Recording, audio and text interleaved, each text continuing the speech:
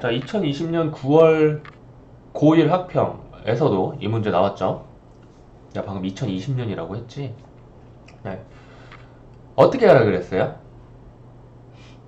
이거는 선지 보면서 들어가는 게 아니고 문제 보고 니은, 밑줄, 위치 확인하고 이것의 이유를 추론한 것으로 가장 적절한 거 찾는 거니까 선지 보면서 내용 찾아봤자 내용 안 나올 가능성 높아요. 그러니까 니은의 의미를 먼저 생각을 하셔야 됩니다. 그리고 밑줄 쳐진 문단 하나에서 답이 나올 가능성이 가장 높아요. 우리 앞 문제들에서는 어떤 식으로 했죠? 이 밑줄 먼저 읽었죠. 일단 교환의 매개 수단으로 쓰이는 화폐의 양이 늘어 경제의 유동성은 증가하지만 경제가 종전에 비해 더 부유해지는 것은 아니다. 이거 정리하면 어떤 거예요? 정리하면 화폐량, 이걸 통화량이라고 합니다. 사회에 나누는 화폐의 총량을 통화량이라고 하는데, 통화량이 늘어났는데 부유해진 게 아니래요. 왜일까요? 이 이유를 찾아야겠죠. 이 이유를 찾아야 되는데, 일단 이유를 찾기 전에 우리 했던 것 그대로 하면은 이제 이 근처 내용들 확인하고, 그리고 첫 번째로 근처 내용들 확인하고, 그리고 두 번째로는 뭐가 있었어요? 체크해야 될 게 접속사에 있었죠. 이 문단에서 접속사가 어디 있어요? 딱 한 군데 있습니다. 제일 중요한 부정 접속사가 바로 여기 드러나요. 그리고 이 뒤를 바로 읽어보시면 새롭게 만들어진 예금은 누군가가 빌려서 생긴 빚이기 때문에 사람들이 갚아야 할 빚도 그만큼 늘어난 상황으로 볼 수 있다. 이게 답입니다.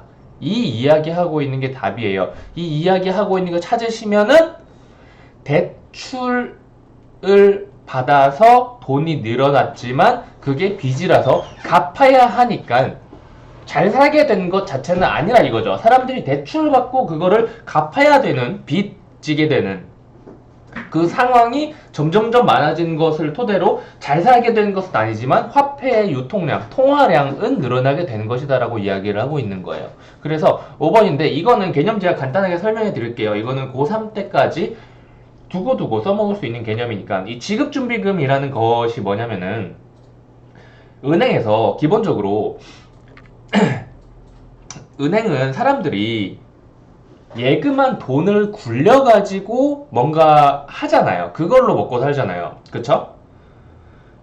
그런데 이거를 얼마만큼 굴려야 할지를 정해주는 게 지급준비금이에요. 그러니까 사람들이 내 돈 돌려줘 라고 말을 했을 때 안정적으로 돌려줄 수 있는, 왜냐면은 무수히 많은 사람, 이것도 근데 엄청 복잡한 계산을 해야 됩니다. 많은 사람들이 예금을 하고 이제 이 중에서 많지 않은 수의 사람들이 당장 돌려달라고 예금을 빼갈 가능성이 있게 되겠죠. 모두가 한 번에 돈을 빼가진 않을 거 아니에요. 그걸 합리적으로 예측을 해서 많은 사람들의 돈을 십시일반으로 조금씩 모아가지고 일정 비율 모아가지고 쌓아두면 이 사람들 중에 어떤 누구든 간에 우리가 예상한 합리적인 예상에 의한 비율로 돈을 찾아간다고 말했을 때 별 문제 없이 돈을 돌려줄 수 있다 이거예요. 이것이 바로 이 쌓아놓는 이 돈이 지급준비금이에요. 이 지급준비금을 제외한 나머지 돈을 가지고 은행은 굴려서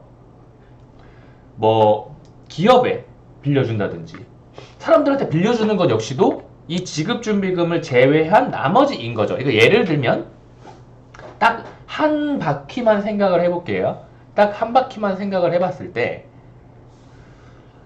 만약에 A란 인간이 있다고 쳐봐요. 갑이라고 합시다. 갑이라는 사람이 100만 원을 벌었습니다. 여기서 시작할게요. 그리고 이 사람은 은행에 100%다 예금을 아이고 흔들렸다 펜이 100%다 예금을 할게요. 그러면은 은행에 지금 얼마가 있죠? 은행에 아무 돈도 없었다고 생각해봐요. 돈이 1원도 없었어. 그럼 은행에 100만 원이 들어가게 되죠. 그쵸? 그리고 을이라는 사람이 있습니다. 이 은행은 이제 대출해 줄 수 있는 돈이 100만 원이에요. 그런데 어떻게 돼요? 지급준비금이라는 것이 있죠. 지급준비금에 이걸 정하는 비율을 지급준비율이라고 하는데 이것을 10%라고 치면 은행이 갑에게 100만 원을 받았을 때 은행이 갑에게 100만 원을 받았을 때 은행이 보관해야 되는 금액은 10만 원이고 나머지 90만 원을 갖고 놀 수 있는 거예요. 그래서 을에게 90만 원을 빌려줬어요. 그러면은 자 봐요. 분명히 우리가 처음에 돈은 갑이 100만 원이 있었단 말이에요. 이걸로 끝났을 거예요. 은행이 건들지 않았으면 무슨 말인지 알겠죠?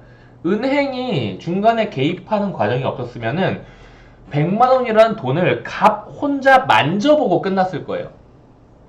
그런데 은행이 중간에 이런 역할을 함으로써 갑이 100만 원이라는 돈을 만졌어요. 그쵸? 그리고 을도 90만 원이라는 돈을 만졌어요.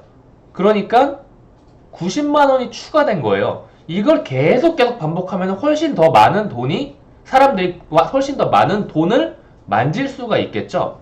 그쵸? 그런데 사실 여기에서 진짜 자기 돈이다라고 말을 할 수 있는 사람은 갑의 100만 원 뿐이에요. 왜냐하면 을의 100만 원이 아니죠. 90만 원은 자기가 쓸 수 있는 자기의 돈이기도 하지만 동시에 빚 부채이기도 하기 때문이에요. 이거는 결국은 갚아야 하는 돈이죠. 그쵸? 결국은 갚아야 하는 돈이기 때문에 통화량 자체는 100만원에서 190만원으로 2배가량 늘어났어요. 하지만 우리 경제, 갑과 을로 이루어진 우리 경제가 100만원에서 190만원으로 2배가량 부유해진 건 아니에요. 100만원이던 상태 그대로 된 거죠. 통화량만 2배로 늘어났을 뿐. 왠지는 알겠죠? 을의 90만원은 빚, 부채이기 때문이죠. 그 말을 그러나 그리고 5번 선지에서 그대로 이야기를 하고 있는 거예요. 그리고 이 나머지 애들은 이것과는 연관이 없는 이야기를 하고 있는 거죠. 아시겠죠? 여기까지 할게요.